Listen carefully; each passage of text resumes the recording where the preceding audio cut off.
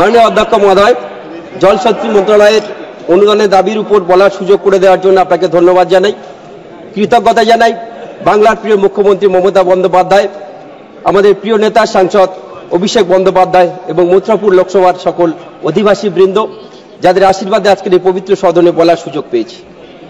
মহোদয়, 2025-26 আর্থিক বছরে জলশক্তি মন্ত্রণালয়ের বাজেট বরাদ্দ হয়েছে 99,503 কোটি টাকা, যা গত আর্থিক বছরের ব্যয় বরাদ্দের প্রায় সমান। এই মন্ত্রণালয়ে দুটি বিভাগ রয়েছে: জল সম্পদ, নদী উন্নয়ন, গঙ্গা পুনরুজ্জীবন এবং পানীয় জল স্যানিটেশন বিভাগ। মহোদয়, ঘটা করে ঢাকঢোল পিটিয়ে 2019 সালে মাননীয় প্রধানমন্ত্রী জল জীবন মিশনের প্রকল্পটি শুরু করেছিলেন। তিনি বলেছিলেন, देश की 140 करोड़ जनता को गारंटी दिया जाएगा कि हर एक परिवार को 2024 तक शुद्ध पीने का पानी उपलब्ध करा जाएगा। लेकिन सर, क्या हुआ इस गारंटी का?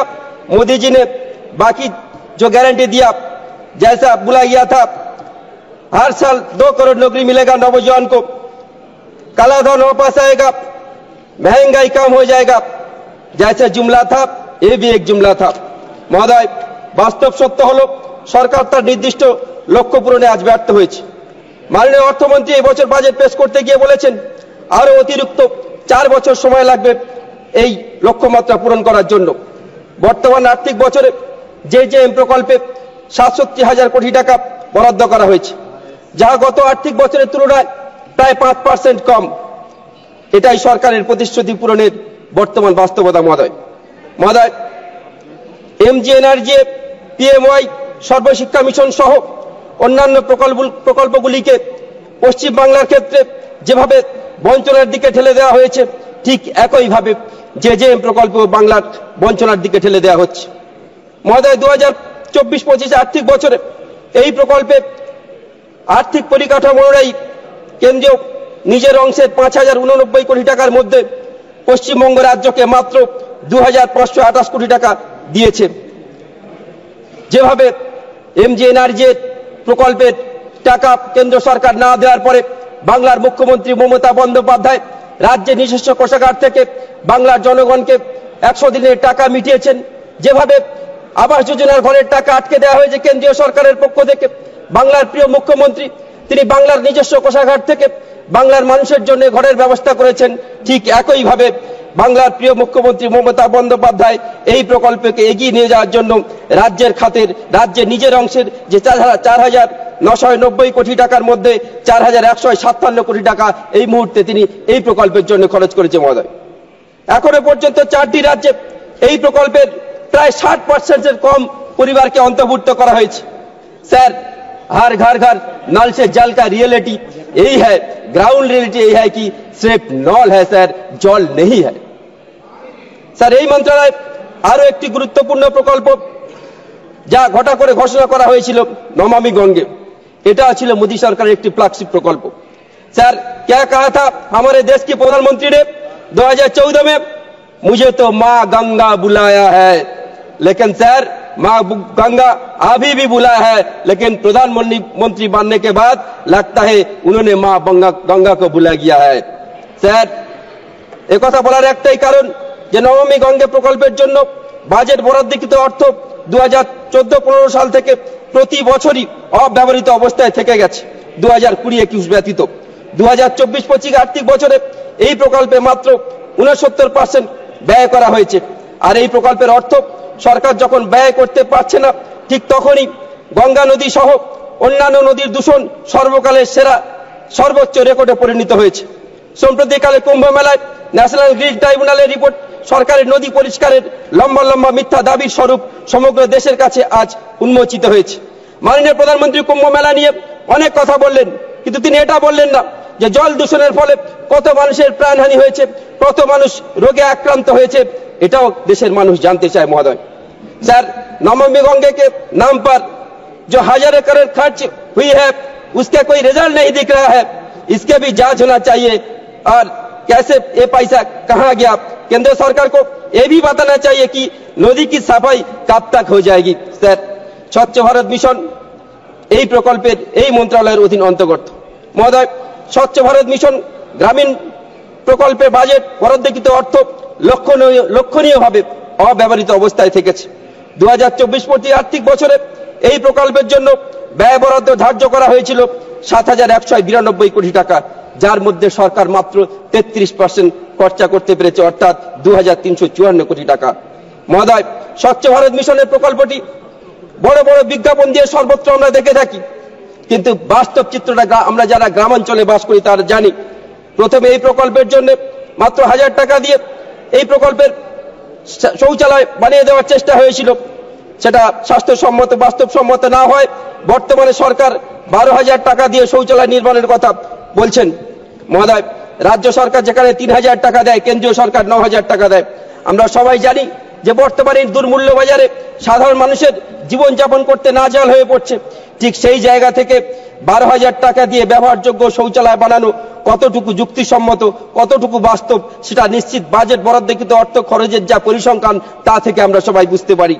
মহোদয়, 12,000 টাকা দিয়ে যে শৌচালয় বানানো হচ্ছে, যেখানে যদি একটি মানুষ শৌচালয়ে যান সেক্ষেত্রে জলের নিয়ে যাওয়ার জন্য জলের বালতি বাইরে রেখে তাকে যেতে হয়, আর যদি বালতি নিয়ে যেতে হয় তাহলে মানুষকে বাইরে থাকতে হয়। এটাই আসল চিত্র। মহোদয়, আমি আপনার মাধ্যমে মাননীয় মন্ত্রী মহোদয়কে অনুরোধ করতে চাই, এই প্রকল্প সাধারণ মানুষের ব্যবহারের উপযোগী শৌচালয় বানিয়ে দেওয়ার জন্য নির্দিষ্ট পরিকল্পনা গ্রহণ করে সাধারণ মানুষের কষ্ট লাঘব করার জন্য মহোদয়, এটা নিশ্চিতভাবে সাধারণ মানুষের খুবই প্রয়োজন রয়েছে। মহোদয়, এই মন্ত্রণালয়ের আরো একটি উল্লেখযোগ্য বিষয় হলো জল সম্পদ ও নদী উন্নয়ন। মহোদয়, আমার নির্বাচনী এলাকা মথুরাপুর লোকসভার অধিকাংশ এলাকা নদী বেষ্টিত, জল জঙ্গলে ভরা সুন্দরবনের মানুষের জীবনযাত্রা আজ প্রাকৃতিক বিপর্যয়ের কারণে হাজার হাজার বসতবাড়ি সহ চাষের জমি ধীরে ধীরে ধ্বংসের দিকে এগিয়ে যাচ্ছে। মহোদয়, প্রাকৃতিক বিপর্যয় আমাদের কারোর হাতে নেই, কিন্তু প্রাকৃতিক বিপর্যয় রোধ করার জন্য আগাম সতর্কতা সহ সাবধানতা অবলম্বন করা সরকারের কর্তব্য। বর্তমান সময়ে প্রযুক্তিগত উন্নতির ফলে অনেক আগে থেকে জানা যায় প্রাকৃতিক বিপর্যয় কোন পর্যায়ের হতে পারে। আমরা দেখেছি যে দেশের কোথাও কোনো প্রাকৃতিক বিপর্যয়, সাইক্লোন, বন্যা ইত্যাদি ঘটে, তখন সরকার তার মোকাবিলার জন্য স্পেশাল প্যাকেজ বা ক্ষতিপূরণ ঘোষণা করে থাকেন। যদিও পশ্চিমবাংলা তার ন্যায্য ক্ষতিপূরণ থেকে বারে বারে বঞ্চিত হয়েছে, সেটা আমপান হোক, সেটা ইয়াস হোক বা সাম্প্রতিককালের বন্যা হোক। মহোদয়, আমি আপনার মাধ্যমে এই সদনকে জানাতে চাই যে বিশ্ব উষ্ণায়নের ফলে নদীর গতিপথ পরিবর্তিত হচ্ছে, যার ফলস্বরূপ নদীবাঁধ ভীষণভাবে ক্ষতিগ্রস্ত হচ্ছে। বিভিন্ন জায়গায় নতুন করে আবার নদীবাঁধ ভাঙন দেখা দিয়েছে। প্রাকৃতিক বিপর্যয় হলে সরকার যেমন তার পুনর্নির্মাণের ব্যবস্থা করেন, ঠিক তেমনি নদীর গতিপথ পরিবর্তনের ফলে যে নদী বাঁধগুলি ভাঙছে তা পুনর্নির্মাণের কোনো পরিকল্পনা সরকারের কাছে আছে কি, এই মন্ত্রণালয়ের কাছে আছে কি, আমার জানা নেই।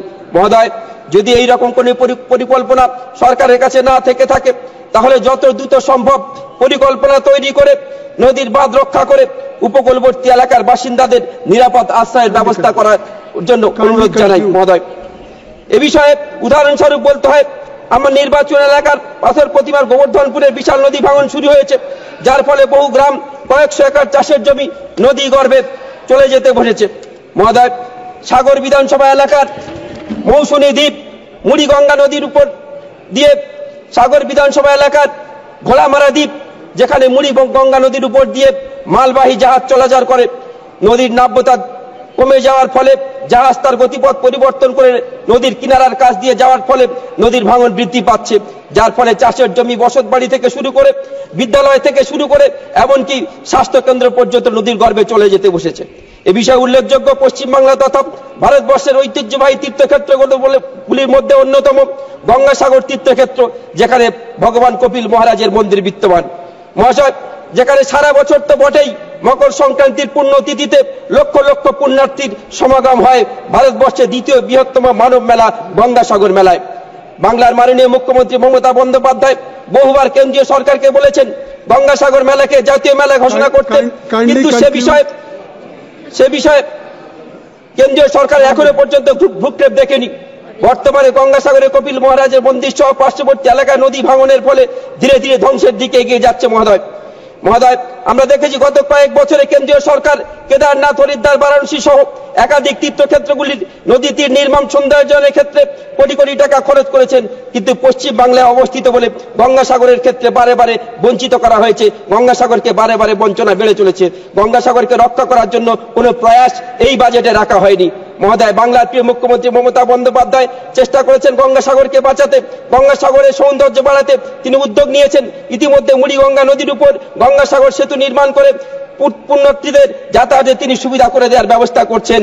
মহোদয়, আমি আপনার মাধ্যমে সরকারের কাছে অনুরোধ করতে চাই, অন্যান্য তীর্থক্ষেত্রগুলির মতো গঙ্গাসাগরকে বাঁচাতে, গঙ্গাসাগরকে সৌন্দর্য বাড়াতে অবিলম্বে সরকার পদক্ষেপ গ্রহণ করুক এবং গঙ্গাসাগরের আশু মর্যাদা, হিত গৌরবকে স্বীকার করে গঙ্গাসাগর মেলাকে জাতীয় মেলা ঘোষণা করুক এবং গঙ্গাসাগরের যে ভাঙন বিপর্যয় হয়েছে সেই বিপর্যয়কে জাতীয় বিপর্যয় ঘোষণা করে গঙ্গাসাগরকে রক্ষা করার জন্য স্পেশাল প্যাকেজ সরকার ঘোষণা করুক। মহোদয়, পরিশেষে আপনার মাধ্যমে জলশক্তি মন্ত্রণালয়কে অনুরোধ করতে চাই, সুন্দরবনের জনজীবনকে রক্ষা করতে, সুন্দরবনের নদীবাঁধগুলিকে রক্ষা করতে, সুন্দরবনের ঘোড়ামারা দ্বীপ, পাথর প্রতিমা বিধানসভার বিস্তীর্ণ অঞ্চল, গোবর্ধনপুর কোস্টাল এরিয়া, মৌসুমী দ্বীপ, কাকদ্বীপ, নামখানা, বকখালি, রায়দিঘি, গোসাবা, বাসন্তী এবং কুলতলির বিস্তীর্ণ নদীবাঁধগুলির কংক্রিটে রূপান্তরিত করে সাধারণ মানুষকে যাতে সুরক্ষা দেওয়া যায়, উপকূলবর্তী মানুষের যাতে সুরক্ষা দেওয়া যায় তার ব্যবস্থা করবেন। মহোদয়, ধন্যবাদ, নমস্কার, জয় হিন্দ, জয় বাংলা।